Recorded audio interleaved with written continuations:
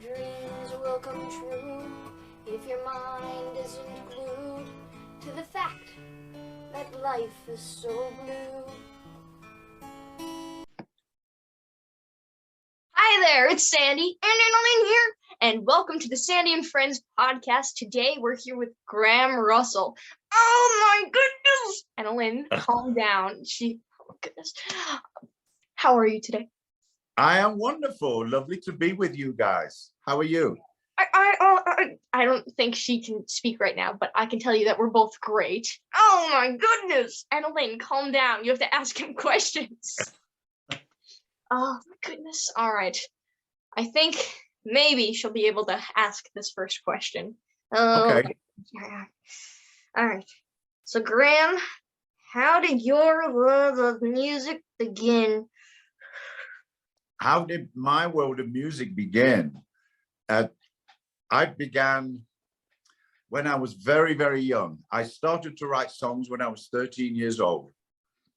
And I didn't know what I was doing, and usually still don't. But I felt compelled to write songs. And it wasn't until I saw my first live band ever in 1964 that everything changed for me, because the band I saw, my very first band I ever saw was the Beatles. Oh my gosh. So how do you deal with that as a teenager? The greatest band of all time was the first band I ever saw. So it's from there on, it's like, oh, okay. Oh my goodness. Oh, Yeah. that's so cool. So what compelled you to start writing? Well, I was already writing songs, but I really didn't know what I was doing. I was just compelled to write. You know, I was writing a lot of lyrics, a lot of music, a lot of poetry, but I didn't know why, and I couldn't put it into perspective with my life because I was just 13 years old.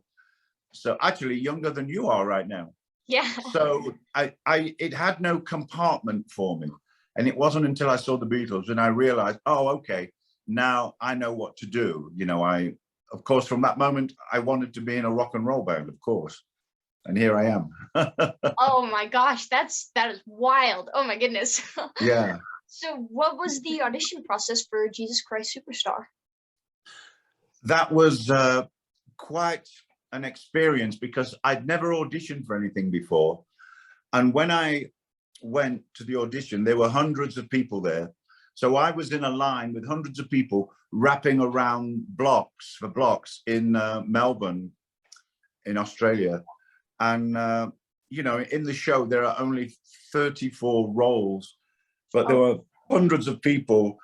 And it was very kind of, you know, people were coming around the line asking you what you were singing, and you would tell them and they would say, oh, no, don't sing that. That's terrible. Trying to put you off. But, you know, I'm the kind of person, I follow through with what I'm going to do. I don't give up. And so I followed through and I got a part. So I was very lucky. Yeah. Oh my goodness, they shouldn't be telling you what to sing. I mean, you're Graham Russell.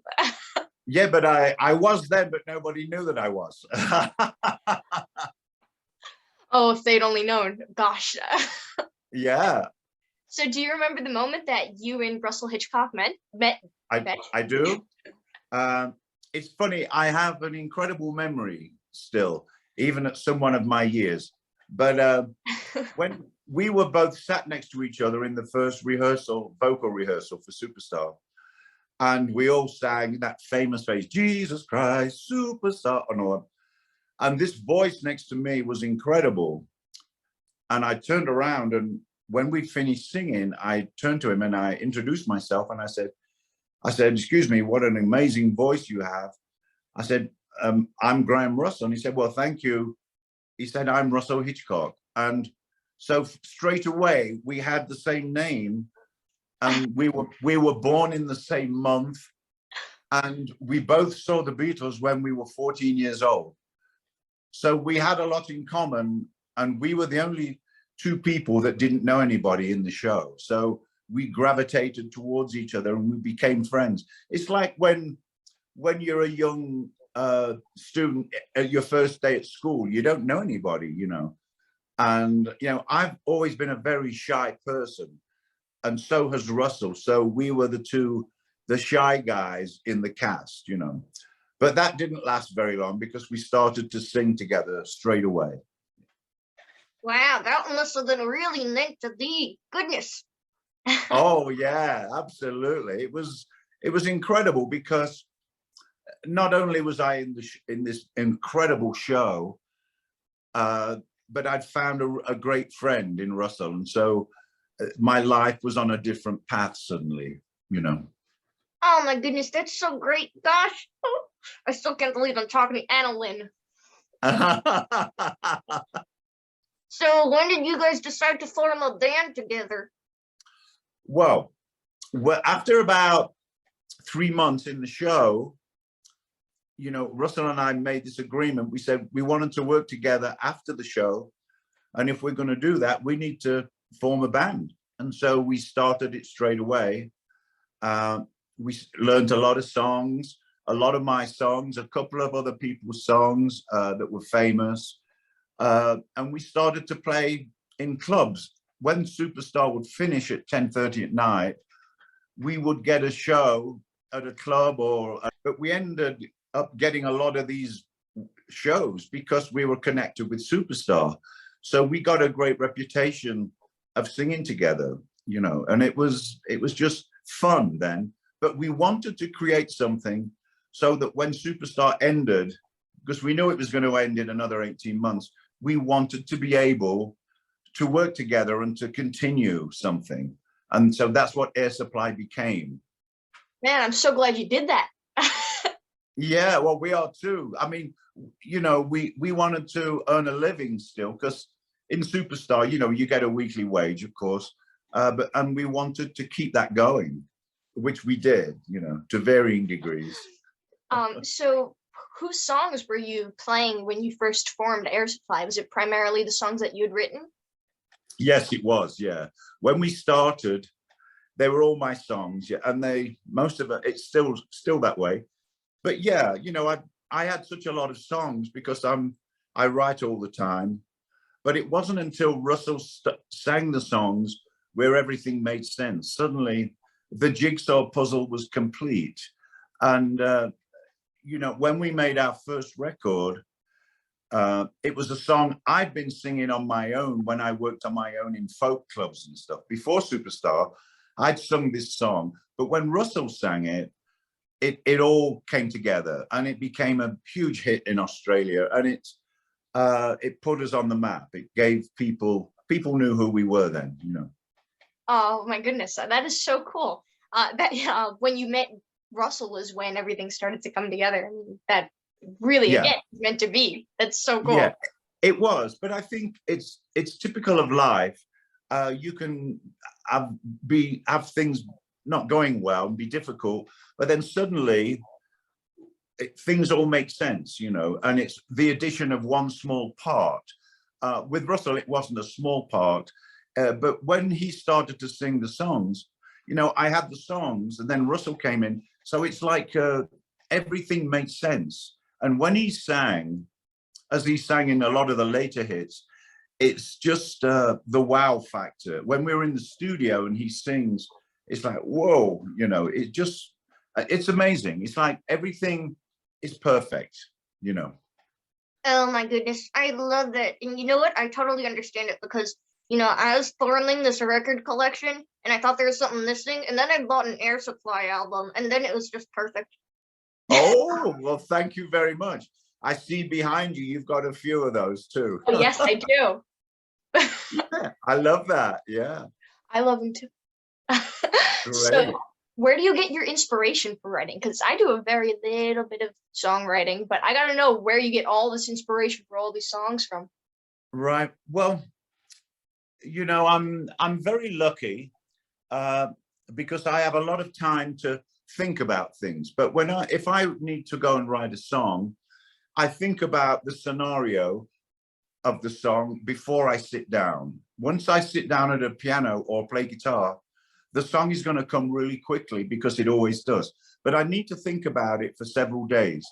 And I think about the story, But inspiration for me, I know where to look for it. You know, if I get very quiet and kind of, I'm very daydreaming. I'm daydreaming all the time.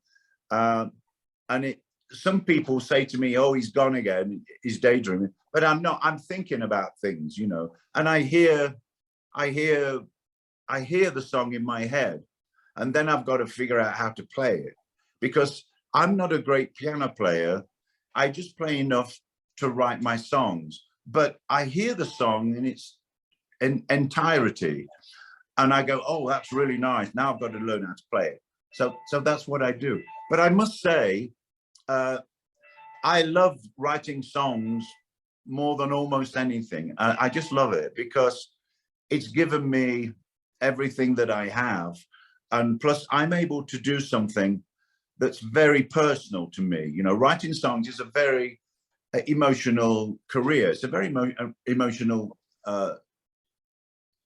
life-giving thing to do. And so, and I can give myself a living doing what I love to do. And that's a great gift that I've been given, you know. I'd have to agree. Oh, that's fantastic. So when you're writing, do you come up with the musical part of it first or the lyrics? With me, and I know a lot of songwriters they're all different, but with me, if I have a really nice phrase on the piano, the words will come almost straight away. Like, let me give you an example. When I wrote All Out of Love, I had the chords, then straight away it was I'm all out of love. It just comes. But once that happens, the music and the words are glued together eternally. I can't change them.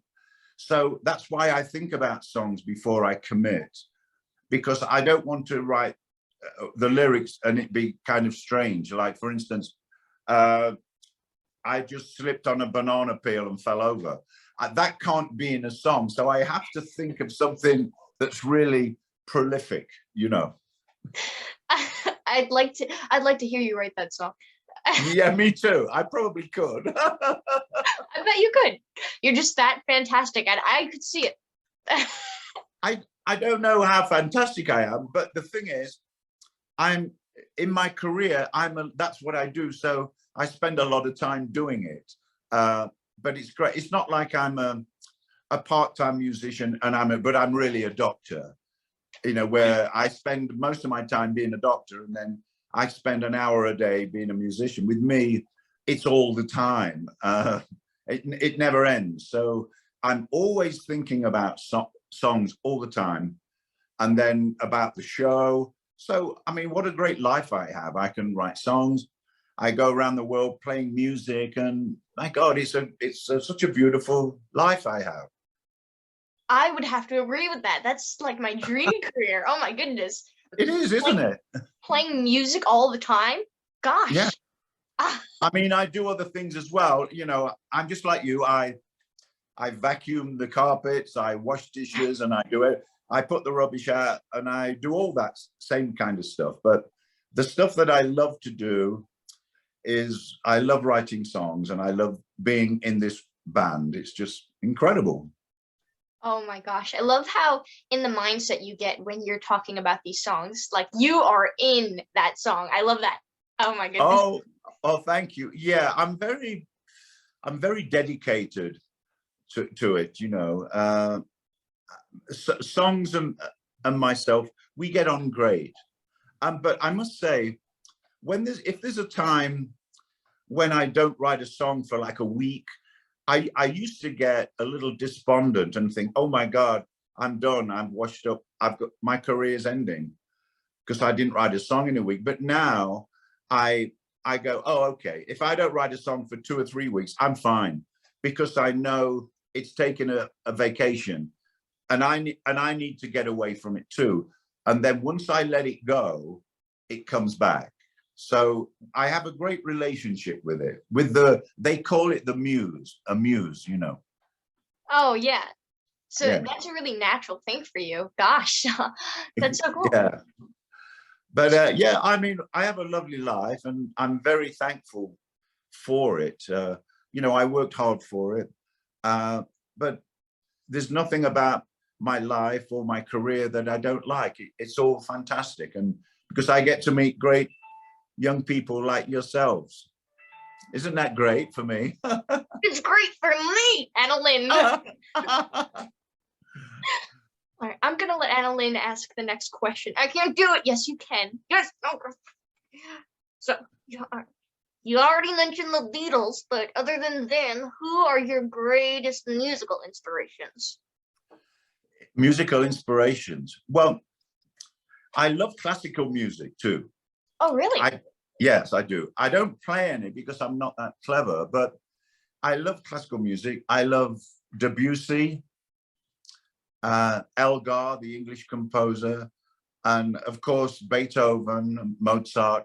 I love those. And when I listen to those people, as I do often, not only is it totally inspiring, it's very humbling because people like those composers were the real thing. They were incredible. They were genius. But someone like me, I write songs, songs are kind of simple and very easy to digest. But when I listen to classical music, I go, oh my, that's the real thing. And that's where I get a lot of my inspiration. Oh, wow. That's so cool. I never even thought about classical like that. Yeah. I always think about the lyrics and things like that, but the musical composition I hadn't even considered. That's awesome. Yes, I mean, those great genius composers spent their whole lives learning. And when you sit down and listen to any of them, it's just mind-boggling what they can create, you know. I mean, if there was another lifetime, I'd like to come back as a classical composer and really learn everything, you know. I love that. Oh my gosh. So what artists did you guys work with? Who did you open for? Or who opened for you? We opened in our early career, we opened for Rod Stewart, who I'm sure you've heard of. Oh, wow. That's so cool. Yeah, well, we opened for Rod Stewart in 1976 for the first time. I know that sounds like a long time ago, because it is. But Rod Stewart at that time was the biggest act in the world. And we were lucky enough to open for him when we'd just been a few months old. We were so green, we didn't really know what we were doing. But we opened for Rod. Then he asked us to open for him in the United States and Canada the next year, which we did. So that meant that in our early career, we got to learn from Rod, and he was the best. He was the master. So we got to learn from him for 6 months how to be a great entertainer and a great vocalist, which he is. So, you know, when we were in Superstar, we learned all about theater. Then when we were with Rod, we learned all about rock and roll. So by the time we came out in 1980 and had our first big worldwide hit, we were ready. You know, we learned and we thought we knew what we were doing. So, and here we are all these years later. So we must have been right. I would have to agree with that. Yeah. What's Rod Stewart like? What's it like, you know, just talking to Rod? Yeah, well, Rod in those days, and probably still to a large degree now, had a reputation of being a real party person. And, you know, he dated a lot of beautiful women. He was known to be, you know, a little wild. But when we met him, he was the consummate entertainer and performer. He was very gracious with us, and he just put on a great show.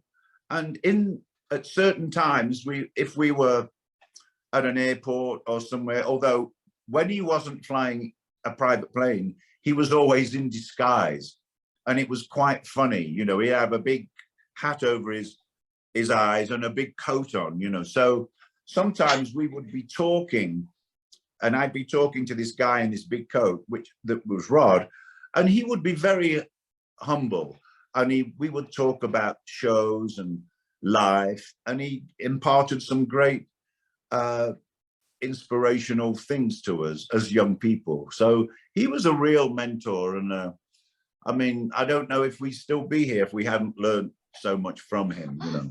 So when you guys were touring in the US, were the people of Australia becoming big fans too? They were, yeah. When we decided to leave Australia, you know, we left on great terms because we knew we had to leave and we had to go to the US to see if we could conquer the world, which everybody wants to conquer the world, and we did too. In fact, in Australia, before we left, our record producer there said to us, if you stay in Australia, we'll make you the biggest band in Australia. And our reply to that was, we already are, and we want to be the biggest band in the world. That was our goal, you know, which we did achieve for a while, you know. Oh, I'm so glad that you came here and did that. Me too. Oh, that's just wild. Oh my goodness. So, AnaLynne, you gonna ask the next one? All right. So, what is your favorite part about the sound of the groove? My favorite part, personally, is the rhythm guitar. Oh, well, I play rhythm guitar. You know, I'm not a super accomplished musician, and I think the reason for that is that in my early years, I spent all my time learning how to write songs and trying to be better. But I play rhythm guitar. I mean, I love the guitar, and I play a 12-string guitar. But when I first learned guitar, I was given one to borrow from a friend of mine because I couldn't afford my own guitar, and he said, you can play this one for a while. So I learned all the chords, and then when he came to take it back, he said, I need to take my guitar back. I showed him all the chords I'd learned, but I'd learned them all backwards because I'm left-handed. So all the chords I play are upside down. Oh my gosh. And backwards. And there's just a few people that play like that, maybe a dozen in the world that play like that. So it gives me a different sound, especially with a 12-string guitar. With 12 strings being played upside down is trippy. Oh wow, I can't imagine learning the guitar like that. I mean, I'm left-handed, but I play righty. So you're left-handed. You play you play a right-handed guitar? Yeah. Oh, but you play it the right way. Yes. I can't imagine learning them upside down. Yeah, it was pretty difficult, but you know, I did it, so I learned everything that way now. Oh my gosh. Yeah. AnaLynne. Okay, all right. So who came up with the name Air Supply? Well, that's an interesting story. When we were signed to a record company in Australia, we needed to put a record out, but we didn't have a name. And we said, whoever had the best name the next morning, we would go with. And that night, I had a dream, and this is true. I dreamt of a big billboard, and it was pure white. And on the outside, around the edges, lights were going off really fast. And in the middle of the billboard, in 2 big letters in black, it said Air Supply. And so that became our name because we didn't have another one. That is so funny. Yeah. Oh my gosh. Isn't that wild? So cool. Yeah. What do you think it means? Well, afterwards we thought, well, air in classical music means melody. And in our songs, the most prevalent thing is melody. I just love melodies. So Air Supply fits, you know, it just means a lot of melodies all over the place, which I love. I love melody, you know. Oh, I'd have to agree with that. Yeah. Oh, that is wild. Oh my gosh. Yeah. What's it like working as a duo? Do you think it's more difficult than working by yourself? I mean, to produce that right. I like working as a duo because if you're working on your own, you're very limited. You know, right. I mean, I can play guitar very well, but I like that second voice, you know. And Russell doesn't play an instrument, but it's fine. His instrument is his voice. But when we sing together, there's magic happens, and we don't know where it comes from. It just sounds incredible, you know. It's kind of like there was a group I'm sure you don't know of in the 60s or in the 50s. I'm going way back. They were called the Everly Brothers, and they were two brothers, and they sang this beautiful two-part close harmony, and it was just beautiful. And I think Russell and I have something like that. We just sound really good together. So I like the duo, but the great thing about Russell and I is, you know, I'm allowed to write the songs, which is what I love to do. Russell doesn't want to write songs. He just wants to be the lead singer. So it's the perfect scenario for both of us. And that's why it works so beautifully, you know. So you just work together that well. Yeah, we never plan what we're going to sing in the studio. I'll just play a new song. Russell well, usually he learns it, but we never say, you sing that and I'll sing that. He just begins to sing and I jump in with him, and it's just a beautiful, natural progression, you know. Oh, I love that. Oh my goodness, you guys sound incredible. The harmonies there are awesome. So the idea that they come so naturally is just awesome. Yeah, but I think too, we both had years and years of listening to Beatle records. So growing up with the Beatles and their incredible harmonies was really what influenced us. So it's all due to the Beatles, of course. Oh, I love that. Oh my goodness. Yeah, me too. Yeah, you know, when you look at most bands, you find all this drama and stuff surrounding the relationships of the members. But when you research Air Supply, you don't find any of that. There is none. Yeah. It's a great gift. And I think with the kind of music that we create, it wouldn't be right if we were arguing all the time, because that's not the message of the music. The message of our music is it's romance, bringing people together. And so it's just a natural thing that we get on, and we're the best of friends. We don't live close to each other. We never see each other when we're not touring. But when we get together to work and play, we have a lot to talk about and discuss, and it's great. It's a wonderful relationship. Oh my gosh, you know, this is exactly what the world is missing right now. I'm just yeah, you guys just it share a really message is. of love, and people really need that right now. Goodness. Yeah, I mean, it is. There's a great saying that I can't remember who said it, but it's so true. It said, every 60 seconds of anger that you show, you're missing out on a minute of happiness. And that's something I always remember. I mean, we all face anger sometimes and get a little down, but you know, like in the song Lost in Love, that song was written when we were at a low point, but in the lyrics it says,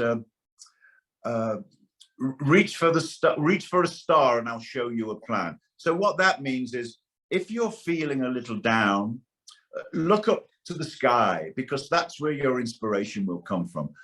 Don't keep your gaze down on the floor all the time. Lift it up and look up, and it'll be rewarding, and you'll find some inspiration, you know. You are just the grooviest guy. Oh my gosh. I'm starting to get an idea of what that tour bus must be like. I want to be there. Right. Yeah. When we first toured in the United States, we used to have a lot of buses, and it was a lot of fun. But nevertheless, I would have a piano in the back lounge, and I would still write every day. We never stopped working, but I would have a piano back there and be working on songs all the time, even while traveling overnight, hundreds of miles, you know. Oh my gosh. Again, you're living my dream. Right. So yeah, you know what? Could you elaborate on that? What is it like touring? Well, in the 80s, it's different than it is now, because we were much younger, you know, we were in our early 20s. So we were living the dream, you know, we had big hit records, we were on this tour bus.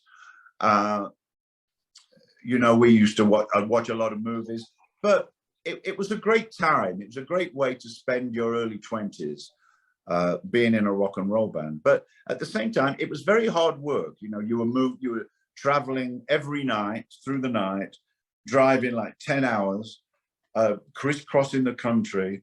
So you had to make sure that you were fit and you looked after yourself. And we always have. But now, you know, we still do the same thing, but traveling is a little different. There's a lot more people traveling now than there used to be. But it's still a wonderful thing. But where we committed many, many years ago to make the sacrifice to be able to bring our music to people all over the world, you know, and it comes at a cost, you know, you don't get the home life that a lot of people enjoy because you're traveling all the time. But then that's the price you pay to do what you want to do, you know. All right. Okay. All right. I gotta. Oh, what was that? Sorry. All right. I have to ask you, what is your favorite Air Supply song? My favorite Air Supply song is All Out of Love. And the reason for that is, well, I've always thought it was one of my greatest songs, but it's been so successful over the years. It's on radio, it's been played, I think, in America alone, it's been played over 7 million times. Oh my God. Yeah, so, and it's in old movies. So it's been a great song for us. And for me personally, it's given me the ability to live nicely and to have nice things and do the things I want to do. So it's been very good to us.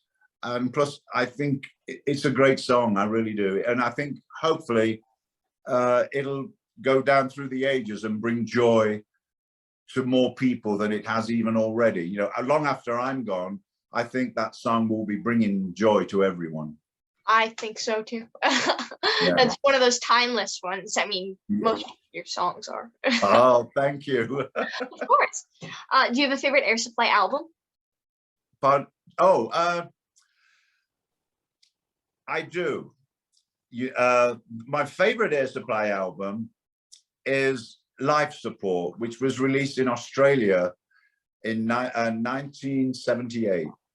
And it had Lost in Love on it, even then. But there are some great songs on there, which a lot of people may not have heard, but that's my favorite album, simply because it's very simple. And it was before we were recording in the big studios with the big producers, and it's very lo-fi and low key. But the beauty of the simple songs and simple vocals really shines through. And that's what I love, you know. Oh, I love that too. Oh my goodness. Yeah. So before Air Supply, were you ever in another band? No, I wasn't. Oh, Well, really? actually, I was for a little while. Yeah, I was in a local band in England. I come from Nottingham in England, which is in the center of England. And I was in 2 or 3 bands, but they were playing cover songs all the time. And I wanted to play original songs. But at that time, nobody did that. And so it was frustrating for me. And in the end, I said, no, I'm not going to do this anymore. I wanted to play my own songs, even if it's just me playing them, which it was. So then I left and I went on my own to playing folk clubs and things like places like that, you know. Again, I'm so glad that you went out and played your own songs. We need Oh, songs. yeah, thank you. Well, I was driven to do that, you know, and it was difficult. But even when I was 14 and 15, if I was at a birthday party, you know, at friends or at an aunt's place or whatever, I would always get my guitar out and sing songs, but I would sing my own songs. So I got used to doing that, you know. So here's me as a 14-year-old singing all these romantic songs that I'd written, you know, with all these very romantic lyrics, and people will go, God, how do you know all about that stuff? Where do you get that from? And the answer is, I don't know. It was just there. Oh my gosh. Wow. You're just brilliant. Goodness. Oh, I don't know about brilliant, but that's just the way it became, the way it was, you know. Did you always know that you wanted to be a musician, or was there I anything did, else that, yeah, always? always, yeah. When I was at school, when I was 15, and in England then you had careers lessons, and then you spoke to your teacher, and they spoke to you about what you wanted to do for a career. You know, they wanted you to think about going to college or to learn to be a doctor or a lawyer. But I always said I wanted to be in a rock and roll band, but they wouldn't take me seriously and they would laugh it off. But I was very serious, but they weren't, you know. So I was able to do that. But it took me a while before I could earn enough money being a musician. It took me a long time. Oh yeah. Oh, all right. Yeah. So, out of the, like, you know, you gotta disregard Air Supply here, unfortunately. But what is your favorite band of all time? Phew, that's a very easy question. It's the Beatles, of course. I had a feeling. Yeah, I mean, when I saw them, it wasn't just the playing or the songs or the hysteria. It was an electrical energy that I have never felt since. And it was just overwhelming. And, you know, I still play a lot of Beatles songs, of course, and I still get the same feeling when I hear them, because my childhood is wrapped up in those songs, much like a lot of people around the world, their childhood is wrapped up in Air Supply songs. And for me, it's the Beatles. So I'm hopefully continuing that legacy forward. So, what's your favorite song of all time? My favorite song, that's a tough question. Well, it's going to have to be a Beatles song. But my favorite Beatles song is one of the most simple songs ever. And it's from A Hard Day's Night. And the song is called If I Fell. And I don't know if you know that song. Oh, yep. Dear. It's so beautiful and it's simple. And it's just two, you know, John and Paul from the Beatles just singing this beautiful harmony. And it's so easily, you fall in love with the song. And that's my favorite song of all time. Oh, I can absolutely understand that. Oh, that is a beautiful song. Yeah. So what is your favorite memory with Russell? I think, well, one of them, I think, would be when we met Princess Diana and Prince Charles. We were playing a command performance in Australia in 1978, and we were in a line with other artists. But when Princess Diana came down, she stopped and spoke to Russell, and she said she had an Air Supply album at home, and I thought, wow, that's so beautiful. But that was one of the greatest moments that we shared, because, you know, where I came from in England, in Nottingham, is a very working class city. You know, we never had any money. We didn't have a car. We didn't have a phone. But my childhood was beautiful. But we didn't have anything. But we didn't need anything. We never went out to a restaurant. And then to be there, being greeted by the Prince and Princess of Wales, I thought, wow, you know, we've come a long way, and I'm going to enjoy this beautiful moment, which we did, you know. Oh my gosh, that's incredible. Wow. Yeah. So do you ever remember, I mean, I guess that would probably be one of them. Do you remember having a moment when you were like, wow, we made it, man? I did, yeah. When Lost in Love in 1980 became a Record of the Year and Song of the Year, and I got an award, a Songwriters Award, and I thought, wow, all those years when I was a teenager and I wanted to be a songwriter, and here I am now. I'm, you know, one of my songs is the biggest selling song in the world, and I thought, my, that's amazing. So I kind of patted myself on the back, and I know that's not good to do, but I did it that time. No, it's fantastic. Yeah. So, what do you like to do in your spare time, Graham? You'll be surprised, but I love being in my garden. I'm a big gardener, and I have a very big garden because I grow a lot of things. I grow flowers, roses, and all kinds, lilacs, and I grow a lot of vegetables and lemons and things like that, cherries and pears and avocados. I like to grow a lot of my own food. Oh, wow. That sounds like a lot of fun. It is, but I mean, I love it, and it's hard work, you know, digging and weeding, but it's a great balance for me because when I'm out on the road, it's all about energy and people and entertaining and singing. But when I'm in my garden, it's just me in the garden, and it's very grounding. I love getting my hands in the soil and feeling that energy there. And it balances me, it grounds me, it keeps my feet on the floor, which I love. Oh my gosh, I love that whole perspective. Oh, that good, is yeah. awesome. Oh, we would be great friends. We should be. We already are. I would agree with that. Yeah. All right, so unfortunately, AnaLynne has one last question. Okay, what's that? Okay, I'm gonna miss you, Graham. Oh, we're gonna miss you too. I can't wait to see you on the next podcast. Oh my goodness, I can't wait to watch this. Oh. All right, AnaLynne, ask him. Okay, so do you have any upcoming projects that you can share with us?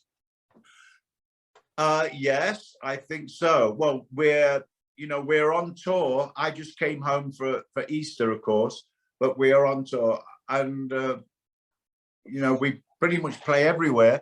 But we're about to go in to record again, and we're going to record an EP. We've never had an EP, and we haven't made an album for over 12 years. But now we're going to go and record again, so we're very excited about that.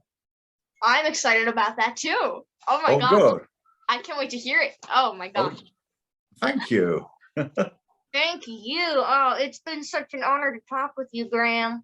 Oh my God, it's been fantastic. I'm so glad we were able to do this and talk together. It's wonderful. I'm glad too. You are an absolute blast, and you seem so smart, and you're just awesome. Oh gosh, thank you so much for doing this. Thank you so much. I can't wait to see it on the podcast. I can't wait either. Thank you. Yeah. You're welcome. Bye-bye.